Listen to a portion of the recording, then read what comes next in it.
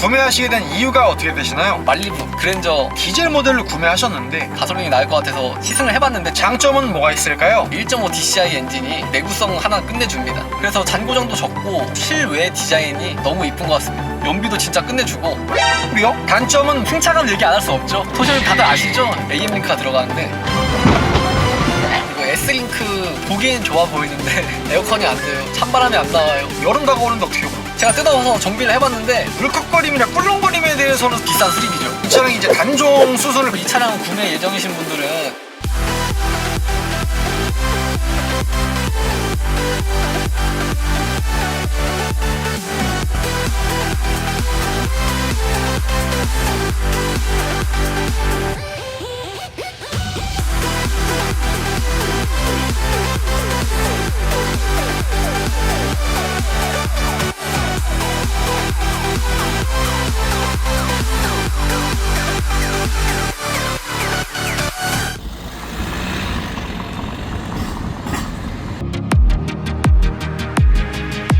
형님들 안녕하세요, 현기사입니다. 구 르노삼성 현 르노코리아 자동차에서 출시한 차량으로서 2017년 올해의 차 및 올해의 디자인상 수상작으로 선정이 되었었고, 한때 중형 세단 기준 7개월 연속 판매량 1위를 기록했을 만큼 인기가 많았던 차량인 바로 르노삼성 SM6입니다. 혁신적인 디자인과 풍부한 장점을 바탕으로 SM6 구매를 고민하시는 분들이 굉장히 많으실 텐데요. 그래서 르노삼성 SM6 차주분을 만나러 인천광역시에 도착했습니다. 가볍게 자기소개 한번 부탁드릴게요. 안녕하세요. 저는 자동차 고등학교 나와가지고 오토바이 리스토어가 취미인 30살 부평소닉이라고 합니다. 반갑습니다. 직업은 자동차랑 무관하고 지금은 그냥 공기업 다니면서 취미생활로 자동차 정비하고 오토바이 리스토어만 하고 있습니다. 차주님께서 그럼 자동차 특성화 고등학교 이런 거 졸업하신 거잖아요? 네네. 자동차에 대해서 굉장히 잘하실 것 같은 느낌이 굉장히 드는데 아, 네. 제가 좀 광기가 좀 있죠. 네. 부평 소닉은 뭐예요 이게? 부평에서 내가 좀 쏘고 다닌다 이런 건가요? 제가 거의 10년 넘게 온라인에서 활동하고 있는 제 닉네임이고요. 부평에 저 모르면은 지금은 이제 아니지만 옛날에는 그랬죠. 좋은 의미인가요? 그 동네 동생들 많았습니다.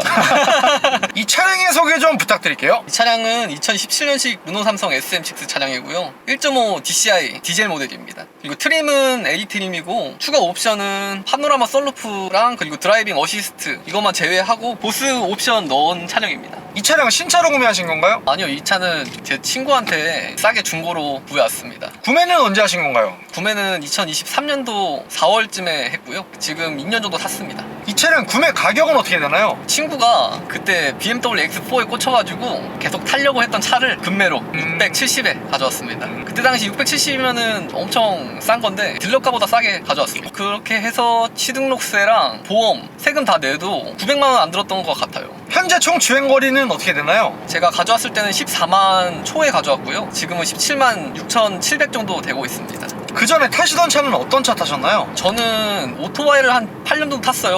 오토바이를 타면서 자동차는 카시어링 서비스를 많이 이용했거든요. 그래서 주로 이용했던 게 레이, 그리고 K5, 그리고 소나타 이런 식으로 좀 많이 이용을 했고요. 그리고 중간에 저희 형차 말리부 1년 정도 끌었었고 무쏘를 한 2년 정도 탔습니다. 사실 그 무쏘 디자인을 지금도 그리워하시는 형님들이 전국에 한 123만 정도 계시거든요. 아, 네. 진짜 명차죠. 디자인도 너무 이쁘고 네. 그 이름도 무쏘잖아요. 네. 그 순 우리말. 요즘은 그런 게 없어서 좀 아쉽습니다.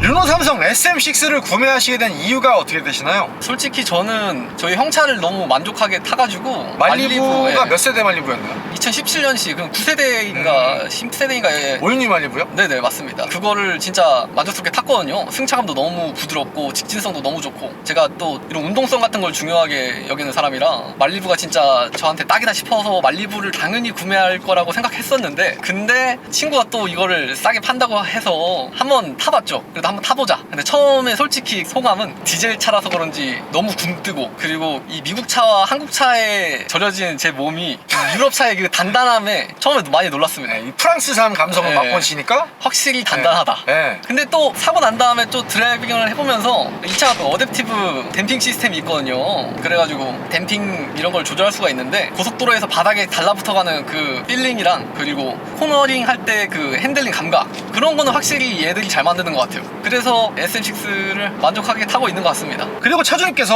1.5 DCI 디젤 모델을 구매하셨는데 1.6 TC 가솔린 터보 모델이나 2.0 GD 가솔린 모델은 고민 안 해보셨나요? 고민해봤죠. 이왕 사는 거 그래도 제가 가솔린을 많이 타봐서 가솔린이 나을 것 같아서 시승을 해봤는데 친구 차를 근데 확실히 부드러워요. 가솔린 진짜 부드럽고 이 디젤이랑은 완전 다른 차입니다. 진짜 부드럽고 푹신하고 잘 나가는데 근데 제가 직장이 좀 멀어요. 직장이 70km가 넘어서 왕복. 그래서 출퇴근 생각하면은 디젤의 이 연비를 또 포기할 수가 없었습니다. 그리고 이 차량 트림이 다양하게 있는데 LED 트림으로 선택하신 이유 있을까요? 네, LED 트림이 우선은 기본적인 게 다 되어 있어요. LED 헤드램프도 들어가 있고 그리고 추가로 좀 넣으면은 S링크 이 가운데 있는 이 디스플레이도 크게 키울 수 있거든요. 그리고 보스 오디오도 들어갈 수 있어서 그래서 LED 트림을 선택했습니다. 그리고 지금 추가 옵션을 넣어서 전자식 댐핑 시스템이랑 그리고 19인치 알로이 휠 이거 옵션이 들어갔는데 휠은 제가 승차감 때문에 17인치로 낮췄습니다. 이게 저도 자동차 유튜버 다 된 것 같아요. 저거 휠 보자마자 저거 그랜저 휠인 거 알아봤는데 저 그랜저 휠 아닌가요? 네, 맞아. 이거 하이브리드 17인치는 좀 흔하지 않거든요. 근데 바로 알아보시네요. 아니 근데 왜 저거 그랜저 휠로 바꾸신 거예요? 우선 17인치 휠이 타이어의 그 두께감이 넓어지다 보니까 푹신한 게 있어서 그래서 17인치로 일단 결정을 하게 된 거고 휠 디자인은 르노 신형 마크랑 디자인이 비슷해서 나중에 엠블럼을 또 교체를 할 거거든요. 그런 거 생각해서 그렇게 구매했습니다. 르노 삼성 SM6와 동시에 구매를 고민했던 차량이 어떤 게 있을까요? 우선 제가 디자인으로 봤을 때 제일 마음에 들었던 게 말리부 그리고 그랜저 IG 그게 제가 지금 봐도 디자인 너무 잘 뽑은 것 같아요. 깔끔해요. 너무 이쁜 것 같습니다. 지금 봐도. 근데 그 두 가지 포기하신 이유 뭐예요? 승식이도 이 SM6도 디자인 하나는 또 끝내줘요. 뭐 작년에 나왔다고 해도 믿을 정도로 디자인은 뭐 아주 훌륭해요. 네, 맞습니다. 이 차가 또 신형 번호판만 붙이면은 신형과 다름없는 그런 디자인 또 질리지 않는 디자인을 갖고 있죠. 예. 네. 결정적으로 그 차량들을 포기한 이유 중에 하나가 외관은 너무 마음에 드는데 실내가 너무 좀 올드해요. 네. 특히 그 말리부는 벌써 생각나는데 눈 배렸어요. 네, 제가 좀 다른 차주분들한테는 죄송합니다. 네. 말리부 사랑하거든요. 네, 저도 말리부 사랑합니다. 예. 하지만 맞습니다. 너무 단조로워요. 네. 그리고 둘 다 화면이 너무 작습니다. 그랜저 IG도 다 좋은데 화면을 좀 더 키워서 넣어줬으면은 내비게이션이요? 네, 요즘 차들처럼 좀 길게 뽑아줬으면 정말 좋았을 텐데 많이 아쉽습니다. 죄송한데 이 SM6 숨식이 실내 디자인이 이쁘다고 생각하시는 거예요 그럼? 디자인 저는 괜찮다고 생각합니다. 일단 화면이 크잖아요. 화면 큰 게 가장 중요하고 지금 봐도 뭐 최신차 같은데요? 예? 그리고 이 가죽 디자인들 예? 그렇습니다. 제가 또 광기가 좀 있죠. 르노 삼성 SM6의 장점은 뭐가 있을까요? 우선 이 차량이 일단 디젤 모델이잖아요. 르노에서 잘 만드는 게 또 디젤 엔진이거든요. 이 차량에 탑재된 1.5 DCI 엔진이 그 내구성 하나 끝내줍니다. 이게 필드에서 20년 이상 돌면서 이제 개선되어 온 엔진인데 특히 이 차량에는 거의 후기형이 들어가 있어요. 그래서 잔고장도 적고 그리고 연비도 진짜 끝내주고 게다가 이 차가 지금 유로6 모델인데도 유소수가 따로 안 들어갑니다. 어허. 그리고 DPF도 현대 기아 대비가 좀 크고 그리고 이 엔진 자체가 작다 보니까 매연량이 적어가지고 DPF를 정리할 일이 그냥 없습니다. 카페에서도 30만 40만 타신 분들 넘는데 그분들 다 한 번도 이런 거 손댄 적이 없다고 하네요. 게다가 지금 이거는 6단 건식 DCT가 들어가는데 게트락사의 DCT가 들어가거든요. 근데 습식이나 뭐 현대 건식 이런 거와 다르게 이 차는 20만 킬로를 타도 클러치를 갈 일이 없습니다. 어허. 30만 타도 멀쩡하다는 분들이 진짜 많아요. 어허. 그게 가장 큰 장점이죠. 그럼 차주는 이 차량 1.5 디젤 모델 같은 경우는 6단 DCT 변속기가 적용이 되어 있는데 1.6 가솔린 터보 그리고 2.0 가솔린 모델 같은 경우는 7단 DCT 변속기가 적용이 되어 있는 걸로 알고 있는데 6단 7단이 다르게 들어간 뭐 구체적인 이유가 좀 있을까요? 네, 제가 알기로는 이게 디젤 엔진이다 보니까 마력이 세지가 않아요. 얘가 기껏 해봤자 마력이 110 정도밖에 안 되거든요. 그래서 가솔린 대비해서 마력이 적다 보니까 7단까지 쓸 일 없을 것 같아서 그렇게 세팅한 것도 있고요. 그리고 가솔린 같은 경우에는 RPM이 높다 보니까 그런 마찰 같은 거를 좀 냉각시키기 위해서 습식 DCT가 들어간 걸로 알고 있습니다. 차주님께서 역시 자동차 특성화고를 나오셨기 때문에 이런 디테일들이 아주 그냥 부평 쏘는 느낌이 나거든요. 아, 네, 또 제가 자동차에 대해서 파고드는 성격이라 SM6 카페에서도 인기 멤버거든요. 블로그에도 뭐 기록 많이 남기고 네. 유튜브에서도 뭐 기록 많이 남기고 그래서 좀 많이 알아줍니다. 또 다른 장점은 뭐가 있을까요? 이 차량 실외 디자인이 너무 이쁜 것 같습니다. 곡선이 일단 살아있고, 그리고 태풍 로고, 현대기아랑 다르게 확실히 디자인적으로 만들어진 로고 같다 이런 생각이 좀 들어서요. 그런 점에 좀 반한 것 같습니다. 그래서 이 차량 전면부 보시게 됐을 때 태풍의 눈 로고를 중심으로 새로운 아이덴티티를 구현하는 가로 형태의 그릴의 자신감이 아주 돋보이고요. 범퍼까지 이어지는 C자 형태의 LED 주간주행 등과 LED 헤드램프가 멋진 것 같고요. 하단부의 범퍼의 디테일들이 조금 더 날렵한 이미지를 만들어주고 있는 것 같고요. 그리고 측면부 보시게 됐을 때 중형 세단인 SM6의 측면부의 디자인이 인상이 깊은데요. 앞 휀다 쪽의 가니쉬와 캐릭터 라인이 조금 차별화를 나타내주고 있는 것 같고 길어 보이는 느낌을 주고 있는 것 같고요. 그리고 후면부 보시게 됐을 때 트렁크 리드의 끝을 살짝 들어올린 디자인이 공기 역학적인 효율과 역동적인 스타일 구현을 해줬고, 근데 이 차가 디젤이다 보니 가솔린 터보는 뒤에 머플러가 2개나 있거든요. 근데 이 차는 없어요. 그게 좀 밋밋해 보여서 아쉽다. 1.6 TC 모델에만 머플러가 달려있는 거네요. 네네. 또 다른 장점은 코너링이랑 이거 핸들링이 진짜 좋은데, 그게 동급 대비해가지고 이 MDPS가 렉 타입 MDPS 들어가 있거든요. 그래서 일명- 구조적으로도 좋아요. RMDPS 그죠? 네, 맞습니다. 그리고 이건 좀 슬픈 거기도 한데, 이 하체 구조가 로어암 형상이 현대기아랑 다르게 코너링 위주로 세팅돼 있어가지고 승차감은 좀 떨어질정 이제 코너링이나 이런 주행 안전성 면에서는 훨씬 더 좋다, 장점이 있겠습니다. 실제로 제가 이 차량 단점에서 약 1시간 37분 정도 다룰 예정인 후륜의 토션빔 서스펜션이 유명하잖아요. 맞습니다. RMDPS 타입의 스티어링 필링만큼은 그 당시 동급 차량 중에서 가장 우수하다는 평가가 많더라고요. 실제로 그 당시 상위 모델인 K7이 CMDPS가 적용이 됐던 것에 반해서 이 차량 SM6는 중형차인데도 RMDPS가 기본 탑재가 되어 있기 때문에 그런 세팅 같은 것도 잘해줬다라는 평가가 많더라고요. 그리고 아까 말했던 전자식 댐핑이 돼가지고 제가 고속도로를 탈 때는 좀 딱딱하게 유지를 하고 시내 주행할 때는 좀 물렁물렁하게 유지를 하는, 그렇게 조절이 가능합니다. 죄송한데 차주님, 전자식 댐핑 컨트롤이 들어갔다는 얘기인가요? 네네. 이 차량은 근데 이 차량 승차감이 왜 그렇게 개떡같? 그건 또 이게 슬픈데, 이 자세한 건 단점에서 요거는 제가 1시간 43분 동안 파헤칠 거거든요.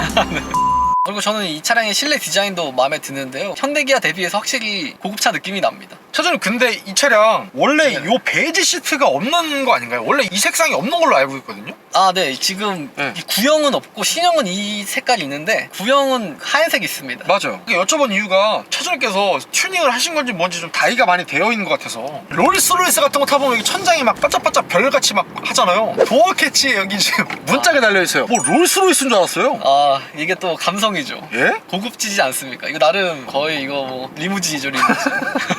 제가 직접 다 박은 건 아니고요. 카페 회원 중에 그 엔진이 사망하신 분이 계셔요. 아. 네, 그분 거를 제가 또 싸게 해가지고 직접 다 뜯어왔습니다. 이게 된 거를 이제 가져와가지고 살린 거죠. 직접 배선 연결해서. 그리고 이 차가 2016년도에 나온 차잖아요. 근데 그때 생각하면은 이 계기판 그리고 이 S링크 이 시스템 디자인도 너무 잘 뽑은 것 같아요. 그때 당시에 현대기아에는 이런 게 없었거든요. 그런 거 생각하면은 디지털 느낌이 나서 좋은 것 같습니다. 그래서 이 차량 동급 최초 헤드업 디스플레이가 안전한 드라이빙을 조금 더 도와줄 수 있을 것 같고요. 5가지 색상의 앰비언트 라이트가 그 당시에 국내 최초였거든요. 그래서 무드 감성을 추가를 시켜주고 있으면서 뭔가 외국 과자가 연상이 되는 이런 대시보드나 도어 캐치 쪽에 이런 디테일도 굉장히 좋은 것 같고요. 그리고 이 차량 가장 큰 장점, 이 디젤 차량은 연비가 진짜 끝내줍니다. 제가 지금 도심지만 주행했을 때 연비가 16 정도 나오고요. 그리고 고속도로만 탔을 때는 제가 진짜 많이 나왔던 게 연비 30 나왔습니다. 30이요? 네네. 500km 구간을 총 주행을 했는데 30 나왔습니다. 근데 제가 실년비로 또 제가 또 찍어요. 차기부를 관리를 해서 네. 실년비 봤을 때 26 나오더라고요. 실년비로도. 트립상에 30까지 보셨고요. 네네, 맞습니다. 그럼 차주님께서 주행하시는 그런 운행 스타일은 어떤 편이세요? 저는 차를 혹사시키는 성격이 아니기 때문에 평균 속도에 맞춰서 그냥 운행하는 편입니다. 그리고 차주님께서 평소에 어떤 모드로 주행하시는 편이세요? 네, 저는 주로 뉴트럴로 다니고 있고요. 그리고 도심지에서는 에코 모드로 좀 주행을 하는 편입니다. 그리고 고속도로 같은 거 탈 때는 일반 노말 모드에서 서스펜션 세팅만 좀 단단하게 세팅해놓고 타는 편입니다. 그리고 차주님께서 일반 공도랑 고속도로 주행하시는 운행 비율은 몇 대 몇 정도 되세요? 주로 도심 6, 고속 4 정도로 운행하고 있습니다. 그러면 그렇게 주행을 하셨을 때 복합 평균 연비는 몇 킬로 정도라고 볼 수 있을까요? 제가 출퇴근길이 왕복 70km인데 한 60에서 80으로 달리거든요. 그렇게 해서 20에서 22 정도 나오고 있습니다. 그리고 제가 평소에 주유할 때는 반칸 정도 깎였을 때 주유를 하는 편인데 그때 가득 넣습니다. 가득 넣었을 때 45,000원 정도 나오고요. 그때 주유 금액이 얼마 정도인가요? 1,500원 700원대인 걸로 알고 있어요. 그리고 그렇게 넣어서 운행을 해야지 디젤 차는 또 그 연료 탱크 부식 예방에도 좋거든요. 그리고 100% 주유했을 때 갈 수 있는 거리는 1000km에서 1200 정도 나옵니다. 그리고 이 차량의 또 장점 중에 하나가 디젤인데 아무래도 CC가 작아서 그런 건지 은근히 조용합니다. 물론 가솔린 대비해서는 그렇게 막 조용한 편은 아닌데 조용한 편이에요, 상당히. 사실 제가 디젤 차량들 거의 뭐 사운드 감별사거든요. 저도 좀 놀란 게 생각보다 조용해요. 확실히 르노가 방음이나 이런 거에 좀 신경을 쓴 것 같습니다. 예를 들어서 문짝이 이런 그 플라스틱 같은 게 없거든요, 다른 차들은. 근데 이 차는 있고, 게다가 고무 몰딩에도 털 같은 게 다 있어서 풍전원 잡아주려고 그런 걸 또 채용했더라고요. 그런 거나 문짝을 뜯었을 때 안에 있는 패스너 이런 거에도 그 방진 설비 같은 게 들어갈 수 있게 고무 같은 것 좀 들어가 있고. 또 다른 장점은 뭐가 있을까요? 그리고 이 차량의 출력은 좀 어떻게 보면 단점인데 저한테는 또 장점으로 볼 수도 있거든요. 이게 110마력이 안 돼요. 근데 그 이유가 엔진 헤드가 요즘 차들은 캠이 2개가 들어가는 타입인데 얘는 엄청 옛날 엔진이라 하나가 들어가요. 근데 하나가 들어가면 장점이 연비가 좋거든요. 출력은 떨어지고. 아니 캠축 하나 들어가는 거는 뭐 1995년식 구화방 이런 차이나 들어가는 거 아니에요? 맞죠. 옛날 심지어 90년대 차들 중에서 도크 차 많아요. 근데 얘는 SOHC여서. 근데 이거는 좀 다르게 봐야 됩니다. 이 차는 애초에 이 엔진은 연비를 위해서 나온 엔진이라 오히려 DOHC가 되면은 출력은 높아지지만 연비는 떨어지거든요. 연료를 더 많이 쓰게 되고 그러니까. 그래서 솔직히 마력이 낮긴 해도 실상 영역 운전하는 데서는 크게 문제는 없거든요. 고속도로 타도 180까지 잘 나오고 시내 주행에서도 뭐 굼 뜨거나 그런 건 딱히 없는 것 같습니다. 이 차량 110마력이 25.5토크인데 이 차량 동생인 SM3랑 똑같은 디젤 엔진의 출력을 갖고 있더라고요. 맞습니다. 이게 SM3랑 똑같은 엔진인 건 좀 선 넘은 거 아니에요? 같은 엔진이긴 한데 또 세부 모델이 좀 다르긴 해서 조금 더 개선된 버전이긴 합니다. 르노 삼성 SM6의 단점은 뭐가 있을까요? 일단 SM6 하면 또 승차감 얘기 안 할 수 없죠. 아하. 그 중에서 이제 토션 다들 아시죠? 이게 저희 SM6가 또 교수님 아닙니까? 전 국민에게 다 토션밈을 알려준 그 토션밈 얘기를 안 할 수가 없을 것 같습니다. 그래서 이 구조적에서 오는 단점이 승차감의 가장 큰 문제입니다. 근데 원래는 이 토션빔이라는 거 자체가 그 승차감이 나쁘지 않아요. 예?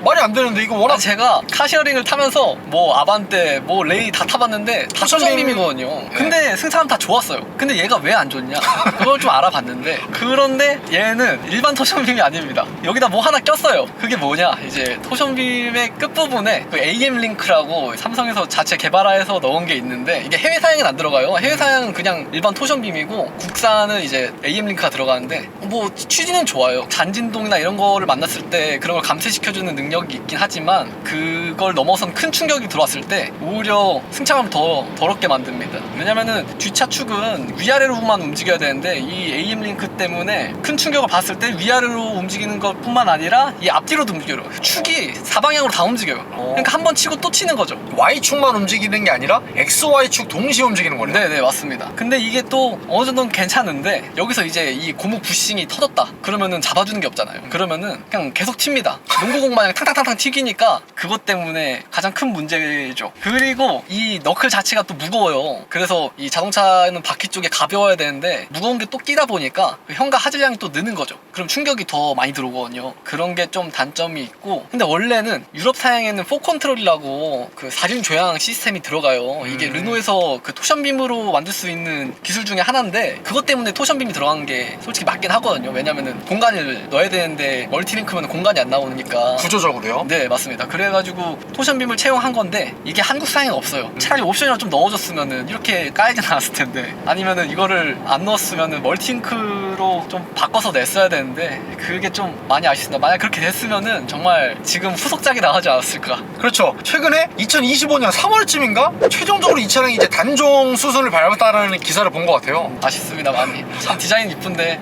르노가 버린 자식이죠. 그러면 정말 이제 승차감은 안 좋다라고 이제 확신이 드시는 거예요? 네, 근데 이거는 이제 AM 링크가 망가졌을 때, 제 거는 지금 다 부싱 상태가 좋거든요. 전 차주가 자기가 이걸 한 20만까지 타려고 싹 다 고쳐놓고 저한테 판 거예요. 그래서 지금 하체 상태는 진짜 최고입니다. 그러면 결론을 내보자면 후륜의 서스펜션이 토션빔 서스펜션도 있고 멀티링크 서스펜션도 있는데, 토션빔 서스펜션 그 자체로만 있으면 그나마 괜찮은데 거기다가 한국 사양에 추가를 해서 르노 삼성에서 일명을 붙인 AM 링크라는 그 시스템 시스템을 접목을 토션빔에다 시켜놓았기 때문에 오히려 그 조화가 안 맞기 때문에 승차감이 안 좋아졌다고 보면 되는 거예요? 네, 이게 큰 충격을 받을 때 승차감이 안 좋아지는데 우리나라 도로 사정이 막 좋지는 않잖아요. 방지턱도 높고 뭐 포트홀도 많고 그런 충격은 얘가 못 받아줍니다. 그래서 오히려 더 데미지가 커지는 거죠. 그러면 차주님 2020년 7월에 이 차량 페이스리프트 모델이 출시가 되면서 푸른 서스펜션의 변동사항으로 AM링크가 드디어 빠지는 걸로 알고 있거든요. 그런데 아쉽게도 AM링크는 빠졌지만 여전히 토션빔이라는 얘기가 좀 있던데 개선은 됐지만 개선이 안 됐다는 건가요? 뭐 무슨 말이에요 이게? 자기네들이 실수를 이제 인정한 거죠.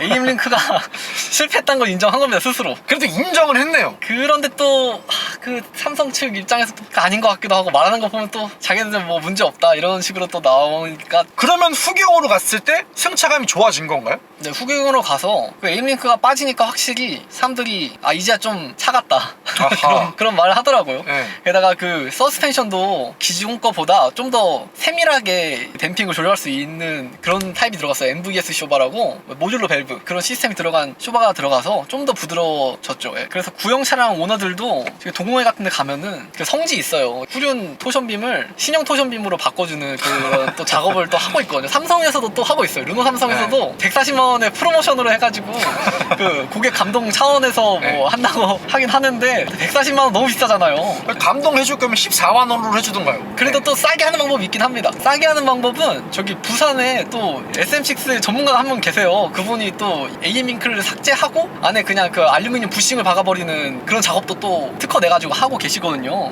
그것만 해도 승차감 확실히 좋아진다고 합니다. 그럼 차주님께서도 이 차량 뭐 후경 서스펜션, 후경 토션빔으로 바꾸거나 교체하신 뭐 그런 게 있나요? 아니요, 제 차는 구형 상태 그대로고 그 뒤에 AM링크만 전차주가 바꿔놨어요. 자, 어찌됐건 이 SM6의 토션빔 서스펜션에 AM링크의 맛을 제대로 볼 수 있는 세팅이 갖춰졌는데 제 채널에 2021년에 업로드가 됐던 수원에 거주하시는 1.6 가솔린 터보 TC 차주님 계시거든요. 그 당시 제가 실제로 2열에 타서 승차감을 테스트를 했을 때 거의 천장을 뚫어버릴 만큼의 점프했던 기억이 나거든요. 이따가 제가 방지턱 한번 시계 넘어볼게요. 그래요? 자, 형님들, 어게인 2021 4년 만에 제가 SM6 뒷자리에 앉아봤는데요. 일단 처음은 천천히 방지턱 한번 넘어가 보시죠. 천천히 갔을 때는 뭐 어우, 저 벌써부터 낌새가. 자, 저기 앞에 방지턱 큰 거 있거든요. 방지턱 큰 거 있는데 잠깐만요. 우와. 토션빔 또 다른 단점은 이거 S링크 좀 보기엔 좋아 보이는데 아무래도 좀 오래되다 보니까 좀 느린 편도 있고요. 게다가 안드로이드 오토랑 카플레이 할 때 자잘한 버그들이 몇 개 있습니다. 근데 아직도 수정을 안 해주고 있어요. 자, 제가 이번에 아까 토션빔 서스펜션에 이은 대어를 하나 또 낚은 것 같거든요. 이 S링크 쓰시는 분들이 가장 좀 불편하다고 말씀하시는 단점 중에 하나가 풍량을 조절하던가 아니면 뭐 에어컨을 오프를 시킬 때 좀 불편하다, 에어컨 공조 조작을 할 때 불편하다는 얘기가 좀 많은데 차주님은 어떻게 생각하세요? 어느 정도 동감하는 편입니다. 이게 좀 지금은 업데이트가 돼가지고 홈화면에다가 이제 그걸 조절할 수 있게 띄워놨거든요. 근데 그 전에는 그게 안 됐어가지고 이 커맨드를 외웠어야 됐습니다. 이거 순서 조작을 네, 외워야 이거 돼. 운전 중에 이거 조그 다이얼 가지고 밑에 2번 눌러서 그 다음에 오프 누르는 식으로 이게 커맨드를 외우고 있었어요, 항상. 근데 지금은 이제 홈화면에 이렇게 조절할 수가 있어서 업데이트가 돼서 이런 조작이 가능하게끔 바뀐 거예요? 지금은 그렇게 바뀌었습니다. 예전에 저희가 어렸을 때 소식적에 킬공 파이터 뭐 이런 거 막 치트키 조작할 때 좌삼, 우삼, 위아래 두 번씩 해야 뭐 사기 캐릭 나오는 것 마냥 그렇게 조작을 다 외우고 있어야 되는 그런 말도 안 되는. 그나마 지금 바뀌었다. 근데 그런데도 조작을 해도 안 되는 경우가 태반입니다. 왜냐면은 이 SM6의 또 큰 고질병 중에 하나가 이 에어컨이 항상 고장나 있다는 겁니다. 여름 다가오는데 어떻게 해요, 그럼? 그래서 지금 저희 카페 회원분들 난리 났습니다. 지금 다들 맨날 글이 에어컨이 안 돼요, 찬바람이 안 나와요, 이게 대부분입니다. 구조적인 문제로 기계가 망가진 거죠. 에어컨 공조 조작 시스템이요? 네네. 그 중에서 이제 이 냉매를 식혀주는 콘덴서라는 게 있는데 그게 거의 10대 중에 9대가 나갑니다. 그리고 제가 뜯어서 정비를 해봤는데 나갈 수밖에 없는 구조예요. 왜요? 설계를 잘못해서 이게 하중이 네 방향으로 전체적으로 받으면 좀 괜찮은데 한쪽 약한 부위로 하중을 계속 받다 보니까 거기가 맨날 터져요. 그래서 10대 중에 9대가 차 밑에서 보면은 왼쪽 부분이 항상 젖어 있어요. 그게 터진 거거든요. 그렇고 에어컨 콘덴서 교체하려면 금액은 얼마 정도예요? 그 비용이 타설 싼 데 가면은 40만 원 정도 시작해서요. 싼 게 벌써 40 스타트예요? 42 스타트입니다. 제 기준으로는. 제일 비싼 데 갔을 때 센터 가면은 60만 원 정도 나오는 걸로 알고 있습니다. 물론 이거는 구형 냉배 기준이고요. 2017년도 이후 모델은 이제 신형 냉배가 들어가는데 그러면 냉매 값이 비싸서 더 나옵니다. 더 싸졌다는 줄 알았는데 그게 아니라 더 비싸요? 더 나옵니다. 예. 친환경은 원래 비싼 거거든요. 예? 그리고 차주님, 제가 2023년에 경남 양산에 계시는 QM6 차주님 차를 탔을 때 너무 놀랐던 게 이 내비게이션 무슨 막 허공에 떠 있고 이 UI 그래픽이 정말 심각하더라고요. 이 네. 친구도 좀 그런 것 같아요. 맞아, 이게 이래봬도 티맵인데 구형 티맵이어가지고 그래픽이 좀 옛날 그래픽입니다. 근데 또 어떻게 보면 밤에 보면 약간 게임 그래픽 같고 뭔가 귀엽긴 해요. 근데 저는 안 씁니다. 그래도 다행인 게 이 차가 안드로이드 오토랑 카플레이가 되니까 그나마 다행이죠. 그리고 이 차량 S링크의 또 아쉬운 점 중에 하나가 시동을 걸었을 때 뭐 라디오나 DMB가 자동으로 켜져가지고 이거 끌 수 있는 방법이 없어서 시동 걸자마자 막 소리가 나와서 깜짝깜짝 놀란다는 차주님들도 계시는데 이거 맞아요? 네, 그거는 아직까지 해결되지 않아가지고 저희들만의 또 커맨드로 또 해결법이 있습니다. 아까처럼 네네. 게임기 조작 좌33, 우삼삼 뭐 이렇게 해야 왕 나오는 것 마냥 또 조작을 뭐 해야 되는 커맨드가 있어요? 네, 그래도 얘는 좀 다행인 게 한번 해놓으면 계속 유지가 돼서 그럼 어떻게 하면 되냐면은 DMB로 바꾸신 다음에 HD 채널로 바꾸면 됩니다. 왜냐면 이 S링크가 HD 채널이 안 돼요. HD DMB가 안 돼서 HD DMB로 바꿔놓으면은 소리가 안 납니다. 그래서 이제 매번 켜질 때 HD DMB로 켜지니까 소리가 안 나는 거죠. 또 다른 단점은 뭐가 있을까요? 또 삼성 차량 하면은 항상 꼬리표가 달리는 게 비싼 수리비죠. 르노 삼성이나 르노 코리아 자동차를 구매를 고민하시는 형님들, 전국에 계시는 137만 형님들께서 가장 걱정이라고 생각을 하실 게 바로 이 수리비와 정비 편의성일 것 같거든요. 아, 네, 맞습니다. 르노 삼성 하면 또 항상 비싼 수리비, 이게 또 꼬리표처럼 달라고 다니죠. 근데 맞습니다. 이게 제가 좀 보니까 일단 공임이 비쌀 수밖에 없어요. 왜냐면 현대기아랑 대비해서 정비성이 많이 좀 떨어집니다. 뭐 기본적인 경정비 같은 건 상관없지만 예를 들어서 뭐 에어컨 컨덴서 때문에 뭐 라디에이터를 간다거나 기타 작업들을 할 때 현대기아는 그냥 본넷만 열어서 작업할 수 있는 반면에 얘는 뭐 앞에 범퍼를 다 내려야 된다던가 그런 복잡한 구조를 갖고 있어서 공임 많이 들죠. 르노 삼성 차량들 특징 중에 하나가 에어컨 필터 교체하려면 현대기아 차는 여기 대시보드 싹 열고 그냥 빼고 꽂으면 되잖아요. 네네. 이 차량 여기 싹 다 드러내야 되지 않나요? 아, 그게 완전 옛날에 SM 뭐 5나 뭐 SM3 이때는 그랬다고 들었었는데요. SM6 이후부터는 그냥 밑에서 뚜껑만 열면은 빠질게 되어 있습니다. 그리고 이게 또 정비성이 좀 많이 안 좋은 게 기본적으로 다 별렌치를 쓰거든요. 별나사를 써가지고 특수공구가 있어야 돼요. 게다가 부품이 엄청 비싼데 요즘 저는 직접 정비를 하다 보니까 부품을 구매를 해서 갈거든요. 근데 부품들이 국산이 몇 개 없어요. 다 뭐 슬로베키아산, 뭐 멕시코산, 뭐 프랑스산도 있고 다 유럽 제품이라서 수급도 늦는 편이고 비용도 많이 비쌉니다. 현대 기아 비교해가지고는 한 1.5배에서 한 2배 정도 비싼 것 같아요. 아니 뭐 무슨 부품을 수급하는데 프랑스까지는 제가 이해할게요. 멕시코까지 가서 부품을 수급을 해와야 되는 거예요? 이게 다국적 차량입니다. 수입차예요, 수입차. 제가 또 광기가 좀 있죠. 제가 또 친구한테 구매를 하다 보니 트림을 따로 선택할 수 없었는데 그 옵션 중에서 좀 진짜 아쉬운 게 드라이빙 어시스트, 이거 정말 아쉽다고 생각하거든요. 그 스마트 크루즈 컨트롤이요? 네, 맞습니다. 네. 그거랑 그리고 이제 차간 거리도 되고 이게 차로 유지는 안 되는 걸로 알고 있어요. 근데 긴급 제동 되고 그리고 저기 카메라 그 속도 제한 있죠. 그것도 카메라가 인식해가지고 여기 그 HUD랑 계기판에 뜨거든요. 그런 것도 정말 좋은 기능인데 왜 이 좋은 기능을 뺐을까 좀 많이 아쉽습니다. 그럼 차주님은 그냥 일반 크루즈 컨트롤이네요? 네, 저는 이제 항상 앞을 보고 브레이크에 항상 바로 올려놓고 크루즈를 해놓고 가야 됩니다. 하지만 차주님께서 그 어댑티브 크루즈 컨트롤의 옵션이 들어간 차량을 선택하셨다고 해도 그게 시속 40km 밑으로 떨어지게 되면 크루즈 컨트롤이 해제가 돼서 풀려버린다는 얘기도 좀 있더라고요. 아, 네, 맞습니다. 이게 처음에 나올 때 그렇게 나오는데 또 방법이 있습니다. 이 유럽 차량들은 컴퓨터 연결해가지고 코딩이란 걸 할 수 있어요. BMW 마냥? 네. 코딩하면은 정말 만질 수 있는 게 너무 많습니다. 아무튼 그런 옵션 같은 거를 세세한 세팅이 가능해서 그것도 속도를 한 10까지 낮출 수 있습니다. 그리고 차주님께서 아까 전에 6단 건식 DCT 개트락 변속기에 대해서 너무 마음에 든다, 좋다라고 칭찬을 해주셨는데 사실 이 DCT 변속기의 그런 구조적인 문제점, 울컥거림이나 꿀렁거림에 대해서는 사실 단점이라고 볼 수 있지 않을까요? 네, 그것도 어느 부분에서 맞습니다. 이게 DCT가 아무래도 수동 변속기를 생각하시면 편하잖아요. 그렇게 생각하면 또 연비가 좋을 수밖에 없는 거고 그래서 연비를 높이기 위해서 나온 거긴 한데 아무래도 이 자동 변속기에 익숙해진 사람들이 이 수동 변속기를 느낄 때 그 울컥거림 그런 게 좀 단점이 있습니다. 그거 좀 스무스하게 넘어갈 수 있는 컨트롤 방법은 없나요? 일단 이 건식 디젤 모델은 백토크가 좀 심해가지고 예를 들어서 저기 앞에 좀 정차할 때 속도가 40 이하로 떨어지면은 저는 중립단으로 넣어놓습니다. 왜냐면 그렇게 해야지 또 변속이 쓸데없는 변속이 안 돼서 클러치판도 마모가 덜 되거든요. 클러치판 가는데 한 150은 들거든요. 또 비싸요. 제가 알기로 변속기 자체를 통째로 가면 거의 뭐 수백만 원을 호가한다는 얘기도 있어요. 아, 그쵸. 네. 그럴 일이 없어요, 저.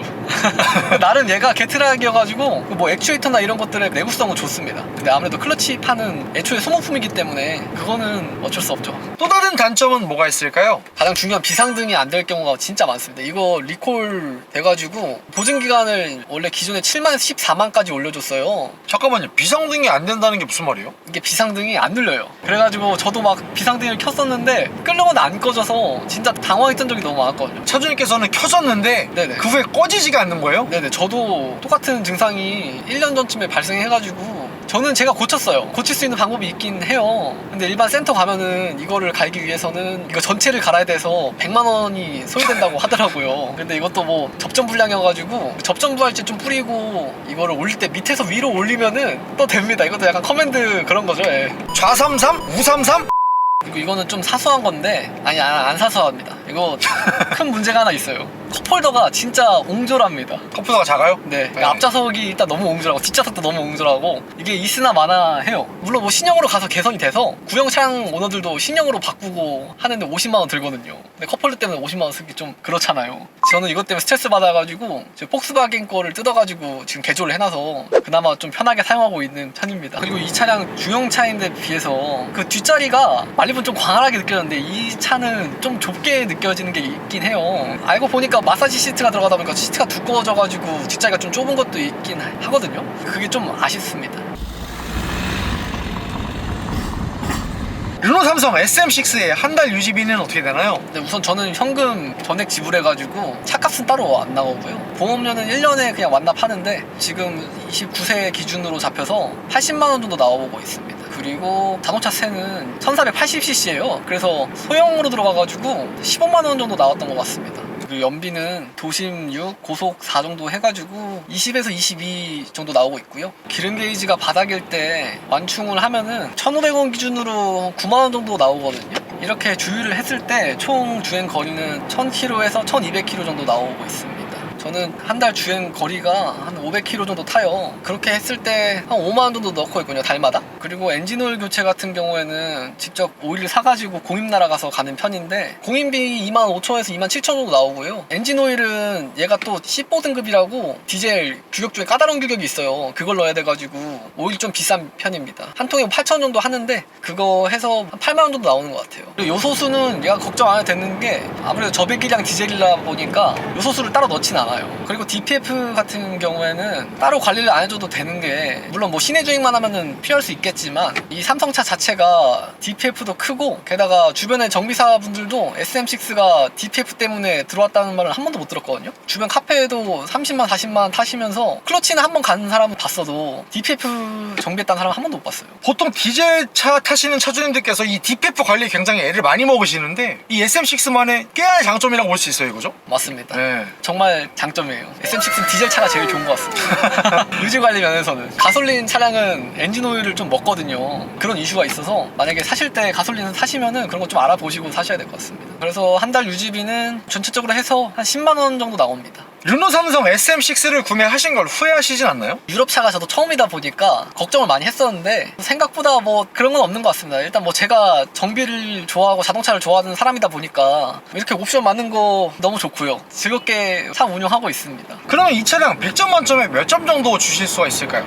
90점 드리겠습니다. 일단 디젤 모델 한해서 연비 너무 좋아요. 이 차는 애초에 연비로 타는 차기 때문에 일단 연비 너무 좋아서 점수 많이 줬고요. 게다가 이런 다양한 옵션, 댐핑 시스템 너무 마음에 들고요. 오디오도 이게 포르쉐에 들어가는 오디오랑 똑같거든요. 그래서 오디오도 빵빵하고 너무 좋고 그래서 점수 높게 주는데 단점은 이제 토션빔. 일단 토션빔인 것만 구조적으로 뭐 해결이 안 되는 거니까 그것만 좀 아쉽습니다. 그래도 중형차인데 좀 멀티킹크는 넣어야 되지 않나. 마지막으로 하고 싶으신 말씀 있으실까요? 아무래도 우리나라에 현대기아 오너분들이 많아서 또 약간 좀 남의 차를 좀 까내리는 문화가 좀 있는 것 같아요. 그래서 르노차가 좀 저평가된 것도 있긴 한데, 개인적으로 이 차량을 구매 예정이신 분들은 만약 구형 모델을 사실 경우에는 헬토션빔 작업된 차를 사시거나 아니면은 너클이 개선된 그 알루미늄 부싱 넣은 거 있어요. 그렇게 정비된 걸 사시고, 그리고 가솔린이랑 LPG를 사실 분은 페이스리프트 모델을 좀 사는 걸 추천드립니다. 그거 사시면은 전조등도 매트릭스 LED 헤드라이트라고 좋은 거 들어가고요. 그리고 인포테인먼트도 아예 싹 다 바뀌어요. S링크 말고 그 R링크로 바뀌는데 그게 굉장히 멋있습니다. 이거 클러스터에 내비게이션도 표시되고요. 훨씬 좋으니까 그런 거 하시는 게 좋습니다. 그리고 이 르노차, 르노가 버린 자식이 SM6 참 이쁘고 괜찮습니다. 생각보다 자질구레한 문제만 해결되면은 좋은 차니까 좀 많이 사랑해 주시면 좋을 것 같습니다.